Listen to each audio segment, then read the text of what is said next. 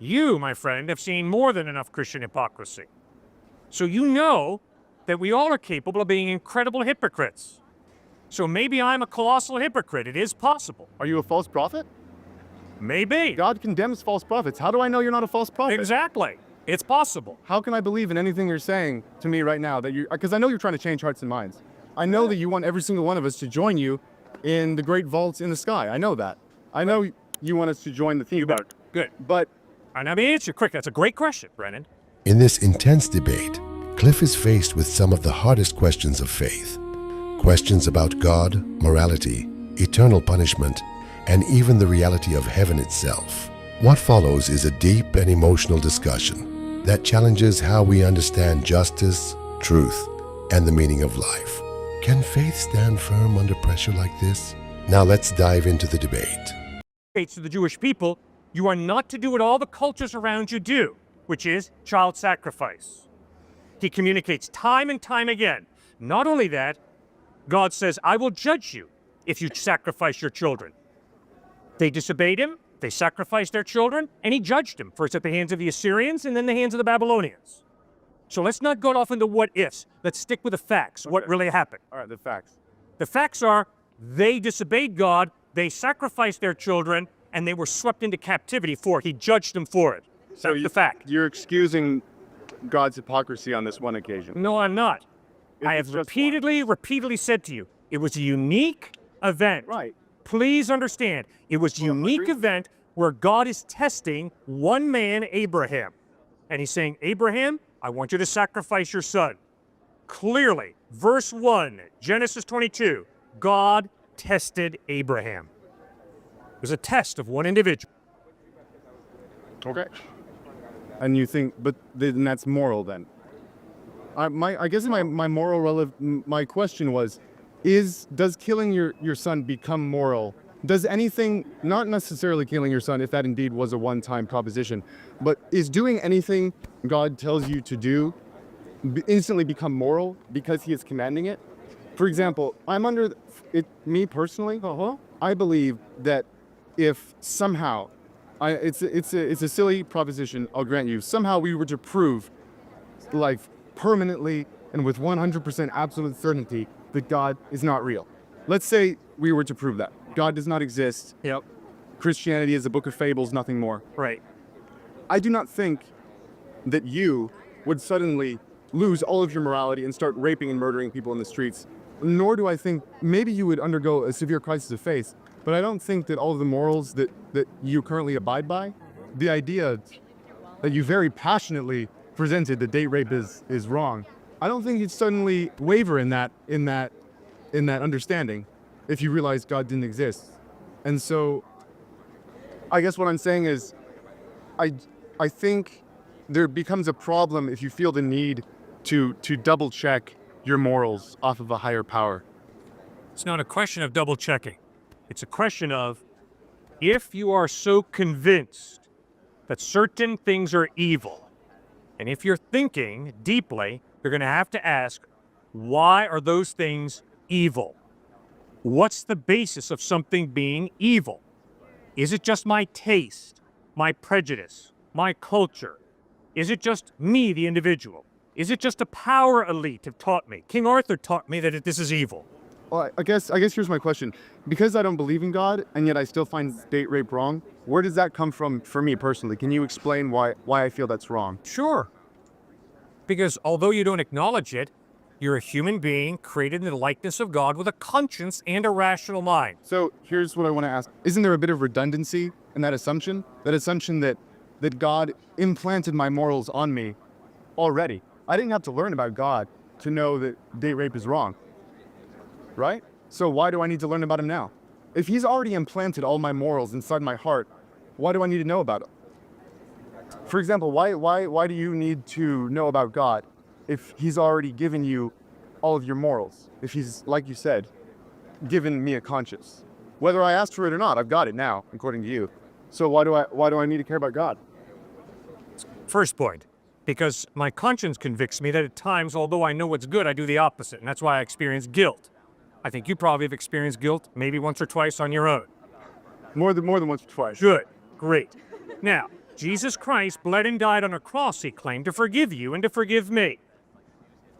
Now, if we experience guilt, the question is, how do we handle guilt? One very healthy way to handle guilt is to turn to Christ for forgiveness and to receive God's forgiveness for the wrong that you and I have done. Second point, there are very few moral absolutes. Very few. And the majority of life is lived in the gray world. If there is a God who's just, don't you think it would be wise to ask him for wisdom to make ethically responsible decisions living in a very ethically gray world? I wanted to ask you, in the Ten Commandments, God lays down some very specific moral guidelines. Yes. Thou shalt not murder. Right. Why wasn't thou shalt not enslave your fellow man included? I don't know. Why is that not something that he felt, because he didn't feel the need to guide people away from murder. He didn't say, you can murder people twice every year until you wean yourself off of it, you know? Right. Because everyone loves to murder, so just get yourself away from that little by little, like we will with slavery. Right. Why didn't he just say, slavery's bad, I'm God, deal with it? You bet. I don't know. And I really don't know why God hasn't sent a message to American Christians that driving Mercedes and BMWs and having 3 houses is immoral. Because we have the solution to the starvation on the world, on the planet. It's wealthy people share your wealth. I don't know why God hasn't done that. But I can promise you, sir, what you need to tell your professor or yourself or whoever's talking to you about Exodus, Leviticus, and Numbers and Deuteronomy is one thing, and I'm pleading with you, and I've repeated, I'm going to tell you one more time. If you think that the Mosaic legislation for the theocracy of Israel is not different from the moral law found in Exodus 20, you're making a huge textual mistake. There's a humongous difference between those 613 laws found in Exodus, Leviticus, Numbers, and Deuteronomy that apply to the theocracy of Israel and the moral law of God found in Exodus 20. And if you can't learn to distinguish between Mosaic legislation and a moral absolute, we got to go back and do some more homework. Okay, I just wish that had been made more clear, I suppose, because, So do I. you know, I wish I'd understand that better 25 years ago when I first spoke here. the Inquisition I didn't. I and had the to think it Crusades through. didn't seem to stop them from Right. misinterpreting the Bible. That's right. Should have been laid out a little bit clearer, I think. Oh, really? I love what Mark Twain said, sir. Mark Twain said, it's not the parts of the Bible that I don't understand that disturb me. It's parts of the Bible I do understand that disturb me. The Bible is all too simple and straightforward on the basics. Are there difficult textual problems? Yes. And if I think I can go around and justify my polygamy because Solomon had 700 wives and 300 concubines, I'm a con artist. You don't have to have a PhD in the Bible to understand polygamy ain't what God wanted us to do. So, okay, going based off of that, how do you feel about the people who use the Bible as an argument against, say, gay marriage? Well, I think it's real clear. The Bible clearly, consistently communicates that God created our sexuality to be enjoyed when it comes to sexual intercourse between one man and one woman till death parts us. And from Genesis to Revelation, homosexuality is communicated as a twisting of that beautiful gift that God gave us, and homosexual sex is a twisting of that gift. It's a wrong use of that gift. Isn't that included in the same set of laws that you were just talking about? Yes? So how do we determine which one is for everyone? Homosexuality. You answer that. 100% wrong. You're a smart kid. You answer that one. When I read it through, maybe I need to, look harder, but it seems a little muddled. Which ones? I feel like All right. they should have a tag. Let Like, me this answer one for is you. for everyone for eternity, and this one is just for you guys right now. You bet. I'll answer it for you. Okay, thanks. If the statement that I just made in answer to the gay marriage issue was based on Leviticus chapters 21 and 22, you caught me. Good thinking. But I can promise you, my view of homosexuality has nothing to do with Leviticus, Deuteronomy, Numbers, or Exodus. It has to do with Genesis 1 and 2. It has to do with the entire New Testament, which never once supports the gay lifestyle. Instead, it communicates the opposite, that God loves you, and by his grace, he offers you forgiveness. I guess that's more what I was asking, because I always see Leviticus passages cited as an argument against gay marriage. Well, then please do me a favor. Look that person in the face and say, no, wait a second. You're telling me, if I understand correctly, that the reason homosexuality is viewed by you as a sin is because of Leviticus? And wait and listen to their answer. No. Homosexuality is not a sin because in Leviticus it says it's a sin. No, it's a contradiction of Genesis 1 and 2, the creation mandate, the purpose for which God gives us our sexuality, which is outlined in Genesis 1 and 2, and then throughout the rest of the scriptures. It is communicated as the wrong use of that precious gift of sex that God has given us. Great point. Thanks, Katie. And your name is? Brennan. Brennan. Thanks, Brennan, for raising issues. Any more? Something did come to my mind when I was listening to you talk. This is totally jumping tracks. Oh, go. Bear with me. Yep. I remember when you were talking to her about what's your name, by the way? Katie. Katie. Great. When you were talking to Katie about Martin Luther King Jr. Right. and Gandhi, Right. how you were sort of extolling their virtues and everything. But I just wanted to sort of tackle another kind of personal problem I have, and I wanted to ask you, based on what your considerable knowledge of God's rules and commandments and accepting the Lord Jesus Christ, and that is, what is it, John 3:16? I am the way, the truth, and the life. John 14:6. John 14. Huh? Mhm. 14:6. Yeah, 14:6. Right. I am the way, the truth, and the life. Right. No one comes to the Father except through me. Right. Isn't Gandhi burning in hell right now by that verse? The person that we should all respect to some degree, and that you obviously respect, is he not being? Wasn't he cast into the pit of fire because he didn't believe in Jesus Christ? I do not know whether Gandhi's going to heaven or hell. I don't know where anybody's going. Why? Because I don't know what a person decides before they die. We can, based on textual evidence, we can make reasonable assumptions, correct? You can make a reasonable assumption right now that if I were to die right now of embarrassment or shame or something, or nervousness of being on camera in front of this great crowd of people, and have not, in my hardest of hearts, been moved so far that I would be given the elevator downstairs and not upstairs, right? You could make that assumption. I'm pretty sure you believe that about me right now. And so can we not assume, because Gandhi said several times that while he appreciated a lot of the sorry, my mind's drawing a blank, philosophy in the Bible, that he was not a Christian, he was Hindu, and we can assume that because he was shot and killed, that he didn't have time to change his mind at the end. So we can assume he's burning in hell, right? No? Still? Okay. But you can assume I'm burning in hell. No. No. I would never want to assume that about anybody. I know, but you have to if you believe that the only way to get to Jesus, to get to heaven, is to believe and accept Jesus Christ as your Lord and Savior. And if I'm telling you right now that I haven't done that yet, that's an assumption you can make, right? Because I know I guess the big problem I have is that I hear a lot of people say these things. You have to accept Jesus or you're going to go to hell. That's the only way to get to heaven.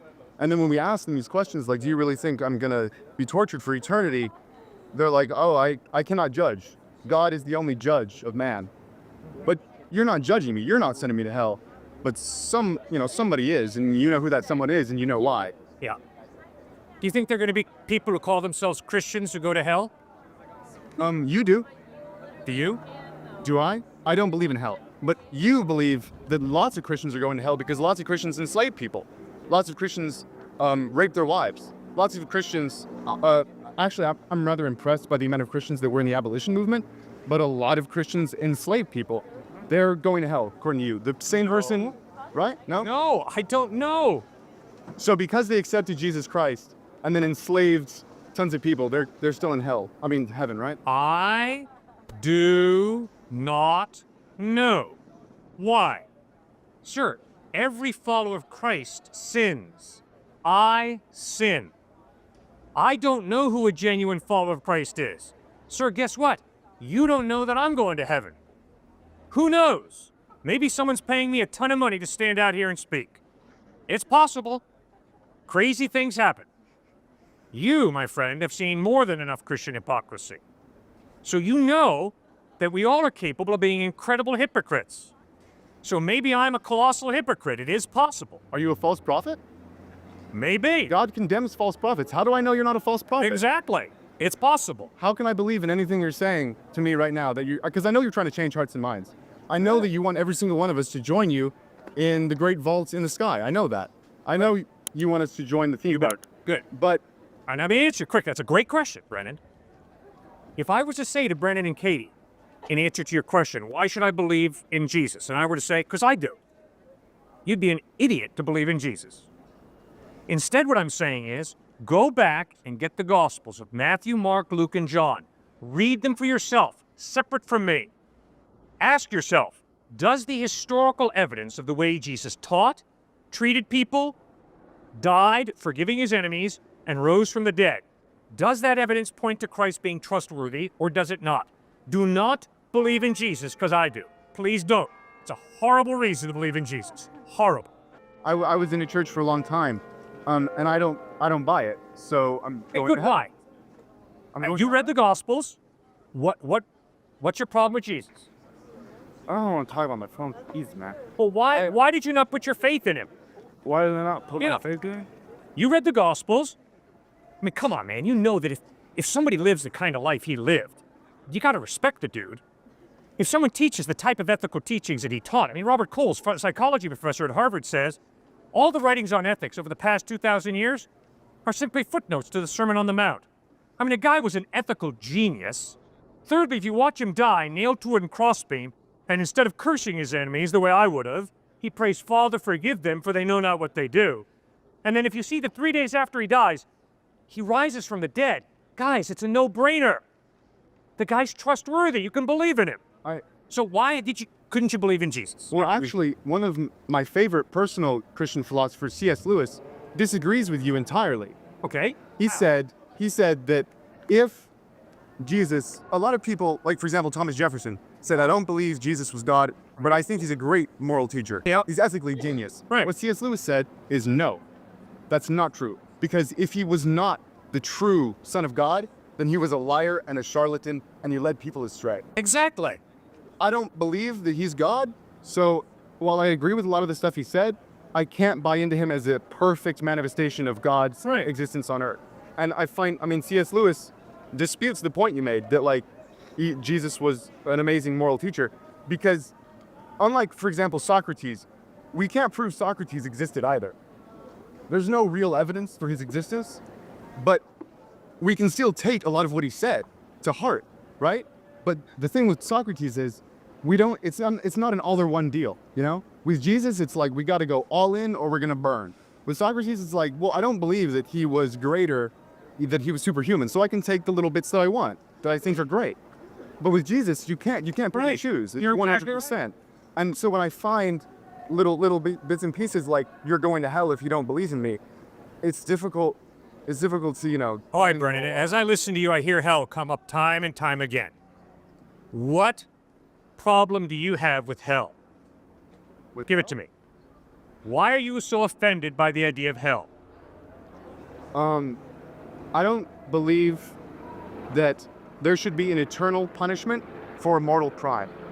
I don't believe that the 80 years I'm going to spend on life gaining not a fraction of the knowledge that anyone could never achieve on life is worth any literal, never-ending eternity burning in hell. I don't believe there should be an infinite punishment for a finite crime. Okay. I do not buy that. Sir, go back to the text. Read the text. Find out, where does the Bible give us a photograph of hell? Now, does Jesus in the Bible describe hell in horrible terms? Obviously, yes. I'm going with him, but No question about it. But now, come on now. Why is there a hell? I wanted to. She has a question. I just wanted to get really quick.